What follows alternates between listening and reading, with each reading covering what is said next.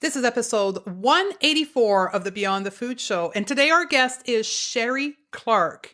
And Sheree will teach us how to face crisis in our life with grace and compassion so it actually becomes something positive, an awakening.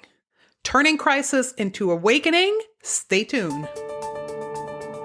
Welcome to the Going to Beyond the Food Show. I'm Stephanie Dozier, clinical nutritionist and emotional eating expert, creator of the Going to Beyond the Food method, and founder of the Going to Beyond the Food Academy. Corporate executive turned health expert with my own journey with weight, body image, and food. It's now my mission to help smart, successful women like you live confidently right now and unconditionally. Ready, sister? Let's do this. Welcome back, ladies. Your fearless leader here, Stephanie Dozier. And again, I have to thank you, ladies, for the amazing feedback of the last episode, 183, She's Beyond the Food, where I shared my journey with exercise and I debunked the fact that I got all my shit together and I'm perfectly exercising every single day. So I'm not perfect. I guess that's the storyline here. But I shared with you how I became aware of the reason why I wasn't having a peaceful relationship with exercise and what I'm doing every day to rebuild my relationship with exercise. So if you're struggling with exercise, go check it out. 183 is the last episode, and keep sharing your feedback. And yes, I did yoga this morning. I woke up around 7, put on my music, went on my mat and did some movement and started my day with pleasure and fun. And I feel amazing. And I've been dancing a lot since then. So quick update on the Going to Beyond the Food community. We have our Academy for the spring 2019 that's currently open for registration right up till April the 26th. We're taking registration. So if you're ready to go beyond the food, if you want someone to lead you through what you need to learn on how to make peace with food, your body, and weight, come and join us inside of the Academy. The cool thing is that you start right away.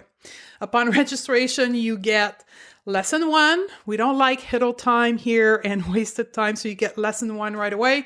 So you can get started with your homework and all your exercise that we teach you. And we also give you access to Conquer Emotional Eating, which is our program that teach you about how to ride the wave of your emotion and emotional eating. So hopefully you can join us if it is the right fit for you.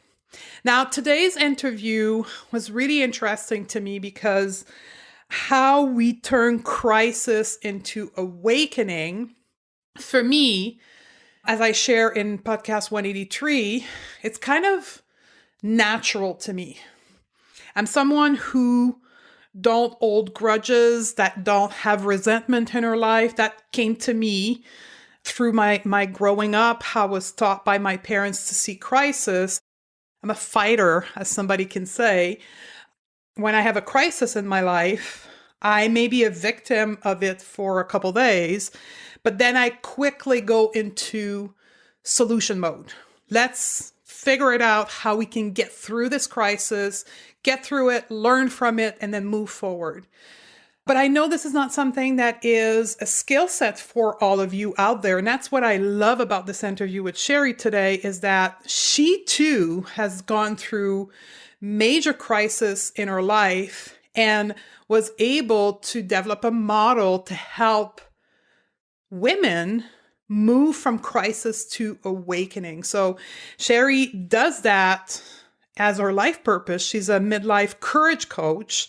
She also is a TV show host, and she helped women face crisis and turn this part of their life into an awakening. And she's going to share her story and how she moved from a very successful career in advertising. She owned her own marketing agencies, and she made the decision true life crisis to move into the field that she's in today. And she's going to teach us how to do that. And she's also going to take us through a powerful exercise to determine what a fulfilling life means for us individually, because it's different for all of us. So I'm looking forward to share this interview with you and for you, if you need it today, on how you can move from the crisis that you are in today to awakening. You ready? Let's do this. Hi, Sheree Clark. How are you? I am fabulous. How are you, Steph? Very good. Did I pronounce your name right? Sheree? Sheree, like the wine, and not French, and I'm not even going to try your last name. Yeah. So we were just talking. I always check with my guests before I had to pronounce their name, and we agreed that I was going to give it the French accenting. So Sheree, welcome to the show. We. So we're going to get started first about your story, because I think it's a very interesting segment that's going to lead us into talking your mission with women and the work you do. But I think the starting point has to be your story and how you came to do this work with women in their, quote, midlife crisis, and more on that later. But tell us about you. Okay, so I'm going to skip the first really early parts of life because I've been around the sun enough times that it would make the show go too long.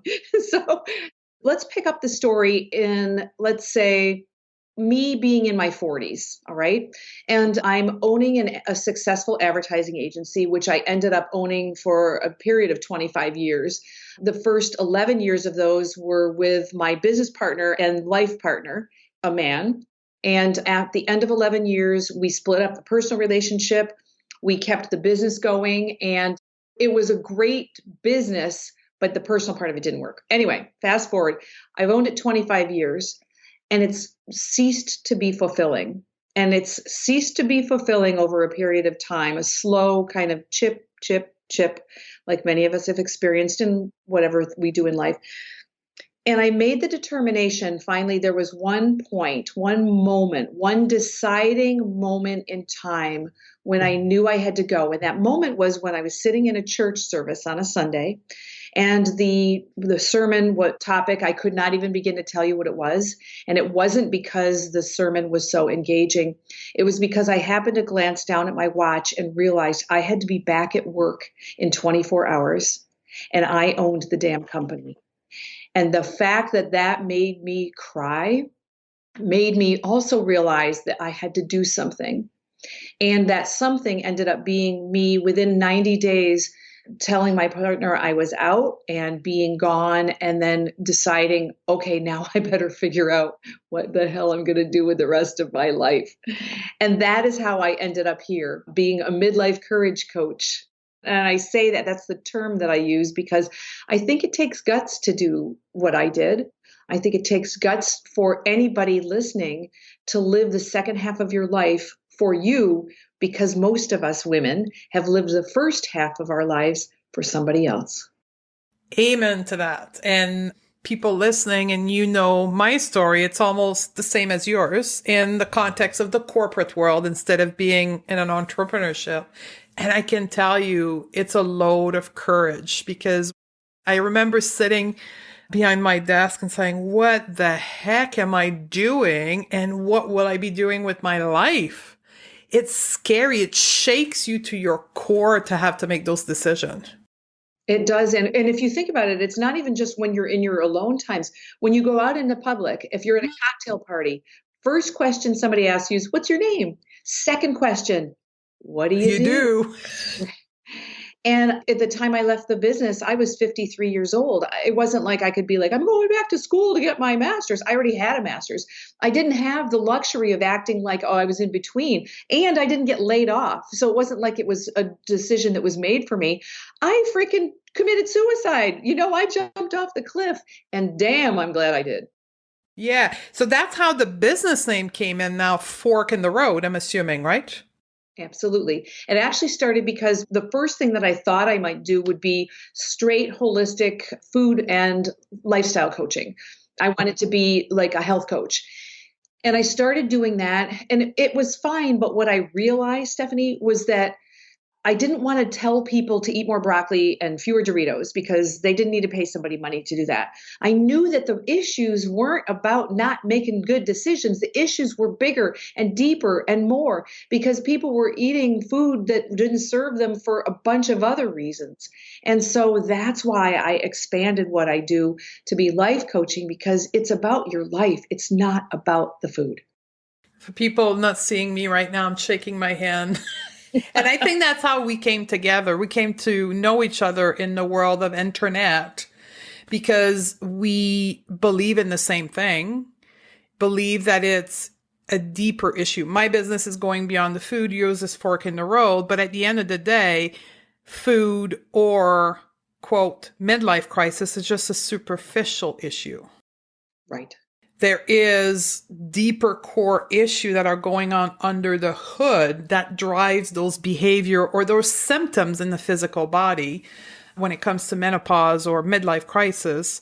And if we want, and both of us being in the second phase of our life, we were not going to get into a business of putting band-aids in people and lying to them, right?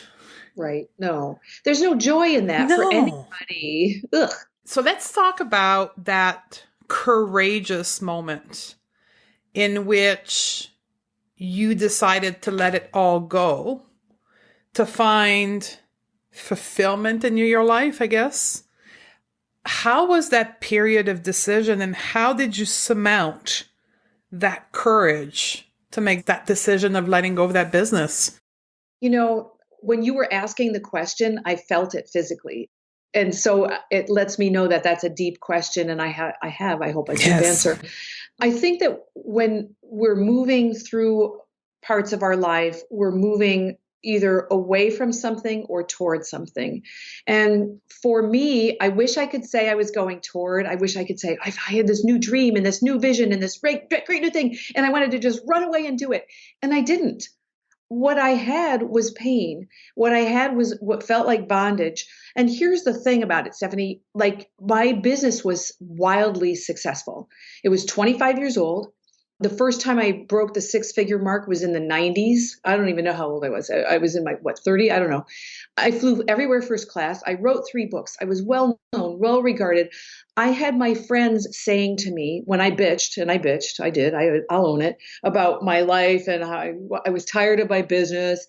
And they'd say to me, honey, you're 53. Just chill, hang in there, wait till you're 60, 7 more years, collect the whatever, blah, blah, blah. And Retire. yeah, retired, and then live your life. And I was like, whenever anybody would say that to me, there were times I swear I probably threw a few F-bombs at them and said, this is my life. My life is now. Nothing is guaranteed. I have got to get the hell out of here. So I was running away from, I wasn't running toward, I was getting out. I didn't know what was on the other side.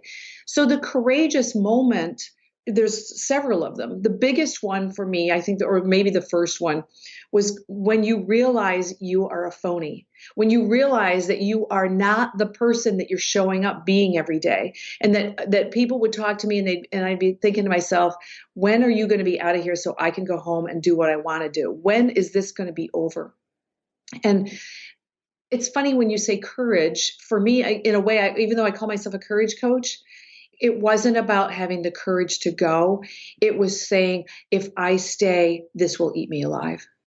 Well, you had the courage to not continue to be in pain. Yes. Like, I know it sounds counterintuitive, and I know women listening right now, some of you are probably not connecting with what I'm saying. So let me give you an example. I see that all the time, and I'm sure you see that as well, Sheree, is you get on the phone with somebody who wants to work with you, right, for a consultation. And then they tell you their whole story and the tears comes out like they're in pain and they're suffering. Yet, I'm going to say something here. They haven't suffered enough Right. to have the courage to surmount those fears with another set of fear, the fear of the unknown, and to say, like, I can't deal with this fear of pain anymore. I'd rather be the fear of the unknown. Does that make sense? Yes. but you found that courage to say, like, this pain, I don't want it anymore. I'd rather have those fear because it was scary. Like, it was as fearful, I guess, the unknown. I know it was for me. Yes, yes, yes. And I'm almost embarrassed to admit this, but what the hell? We're among friends. Yeah. This was a long time ago, but I used to smoke cigarettes. Me too. Did you? Oh my Yes. God. We have all kinds of bonds, don't we? Yes. And when I finally quit, just quit because I had had enough. I had had enough of waking up and feeling like I had swallowed 6 Brillo pads and they were preventing me from breathing. And I had had enough of smelling like crap. And I had had enough of brushing my teeth so nobody knew I smoked, all of it.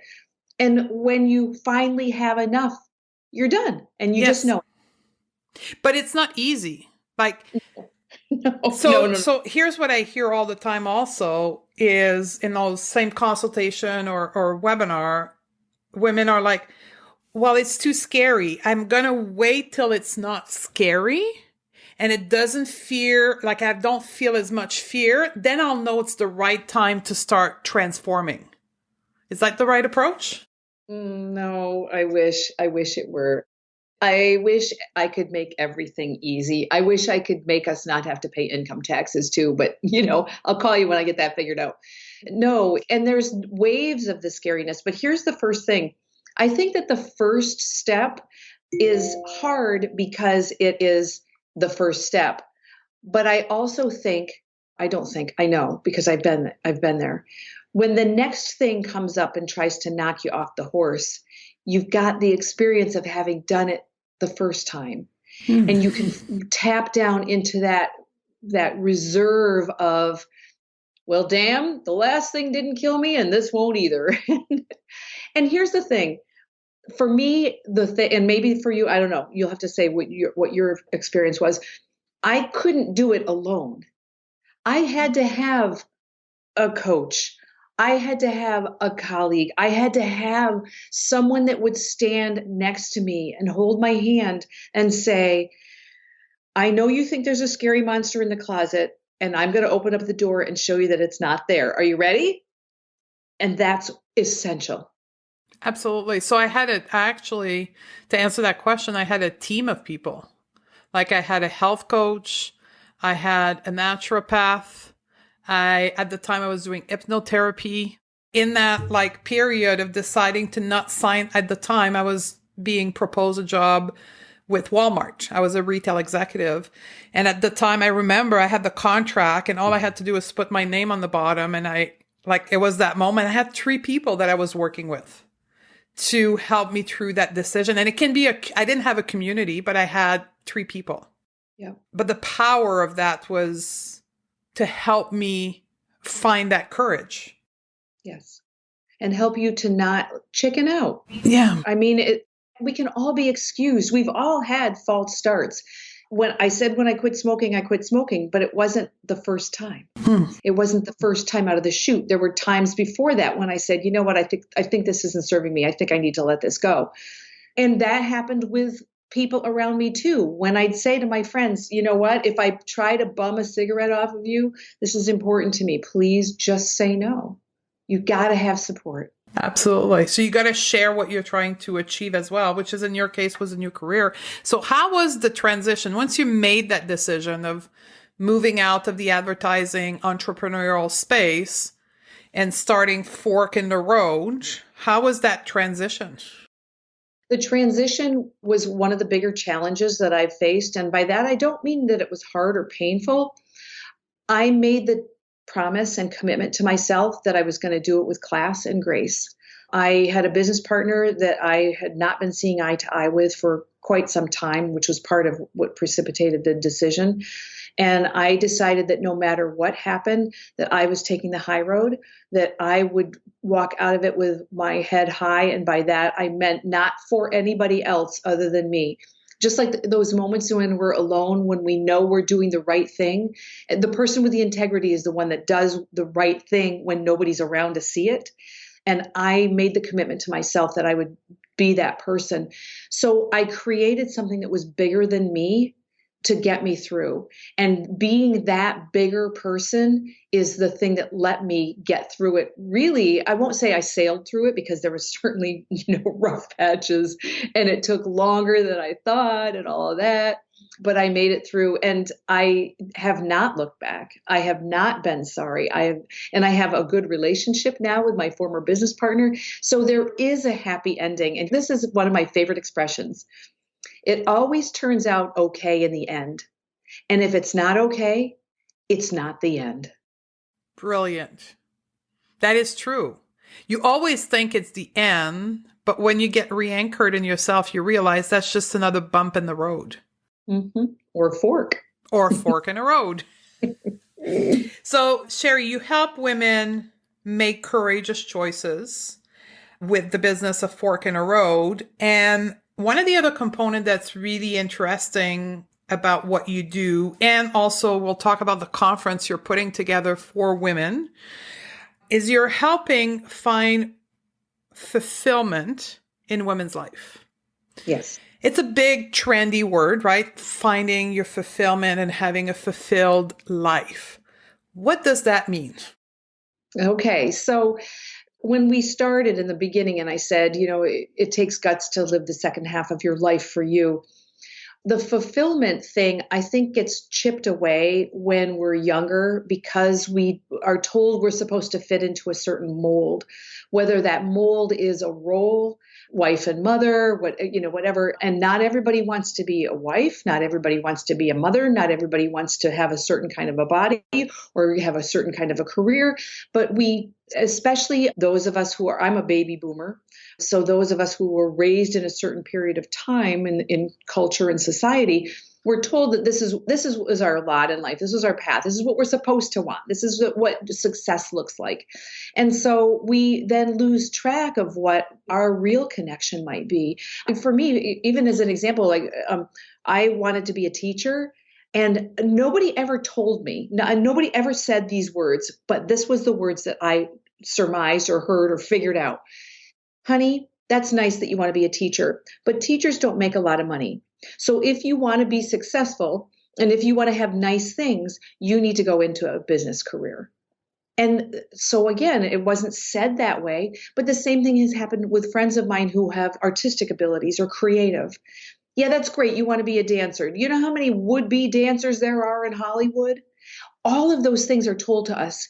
So we sell out on our dreams, or maybe we don't sell them completely out, but we compromise, or we'll make ourselves happy with something else or convince ourselves that we're happy. But here's the thing, that spark, you can put a tarp over it, but the pilot light is still on.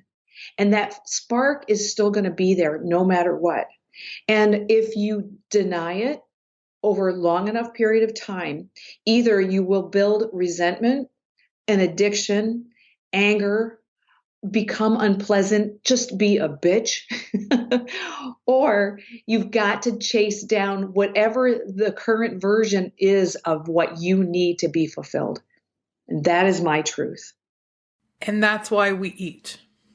Yes. Right? When you say addiction, right? I don't speak a lot of addiction because I don't necessarily believe in the model, but you compensate with food.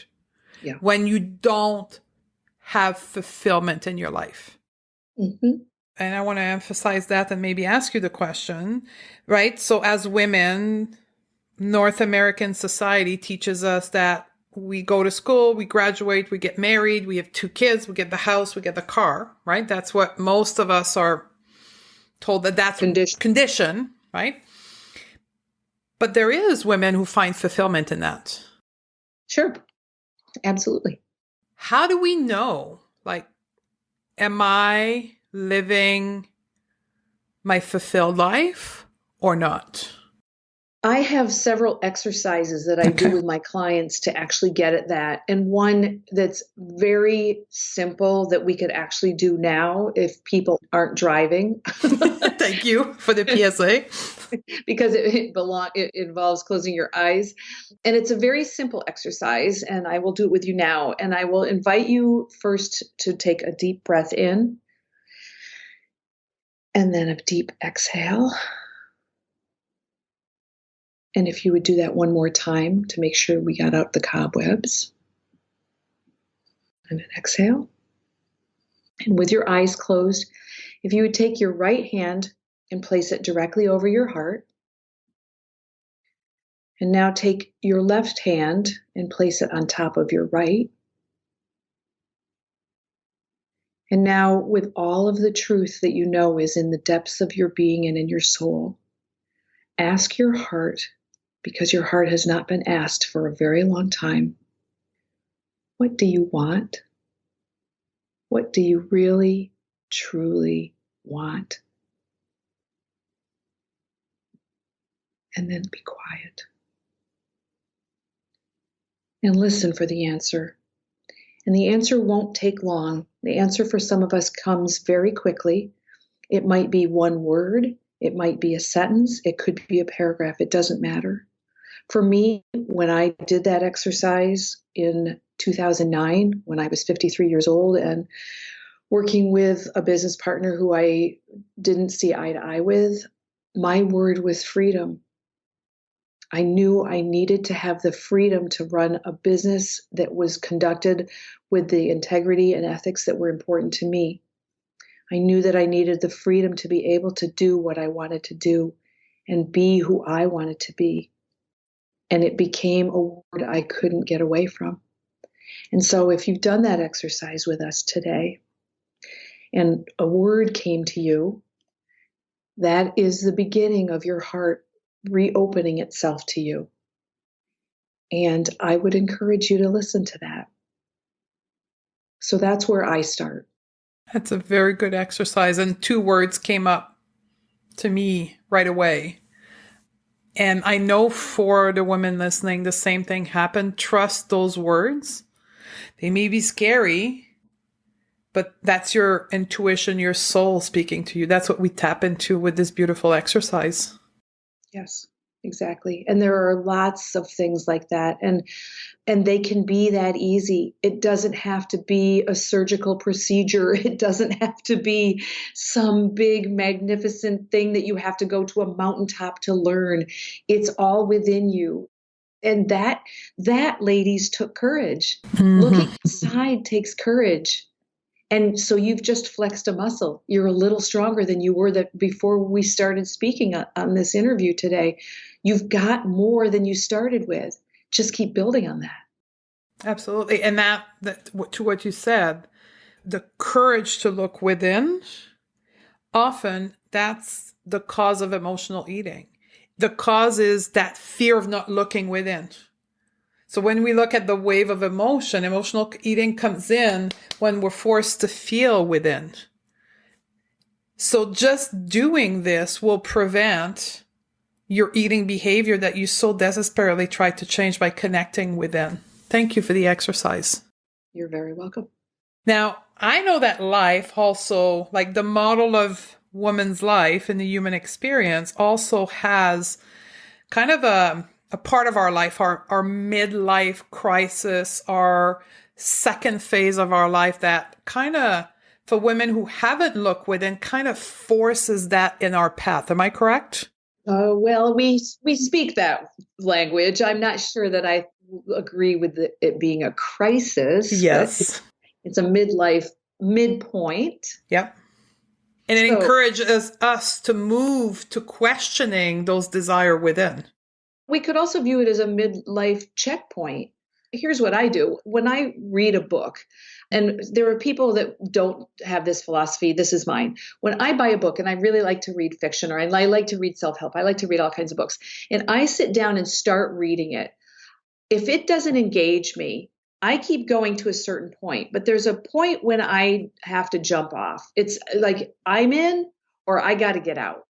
And so if we view this period in our life as this is a checkpoint, this is a check-in, I'm not going to read the rest of this stupid book.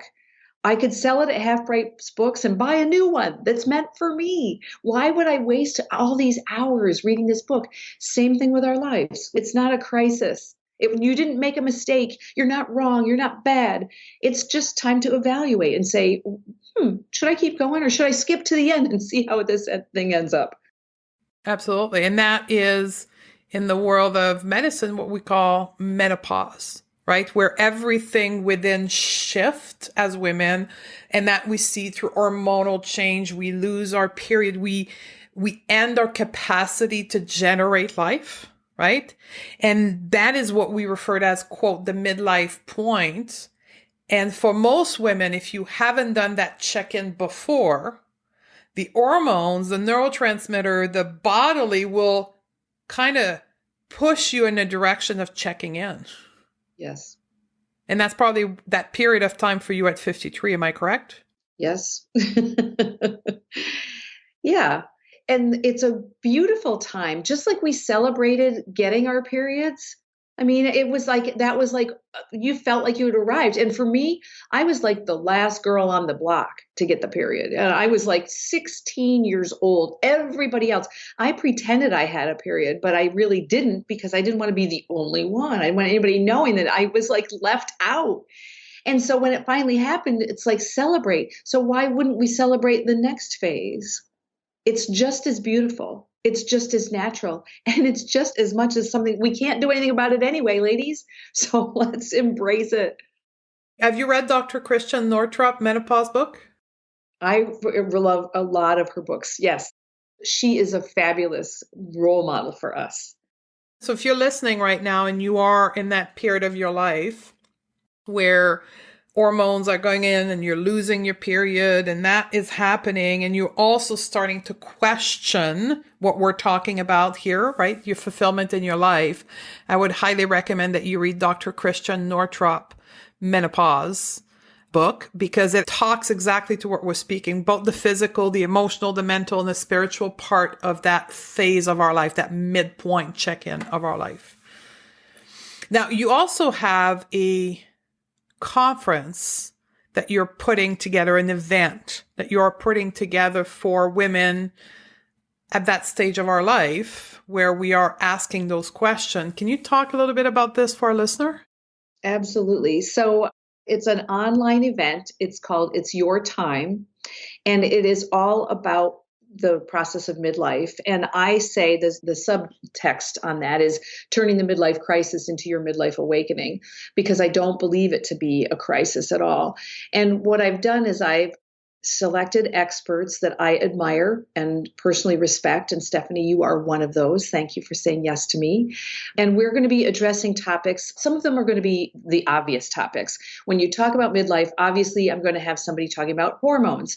We're going to be talking about exercise and how it needs to change as our bodies change, and that certain things that we used to do in our 20s, we might be better served by doing another kind of exercise.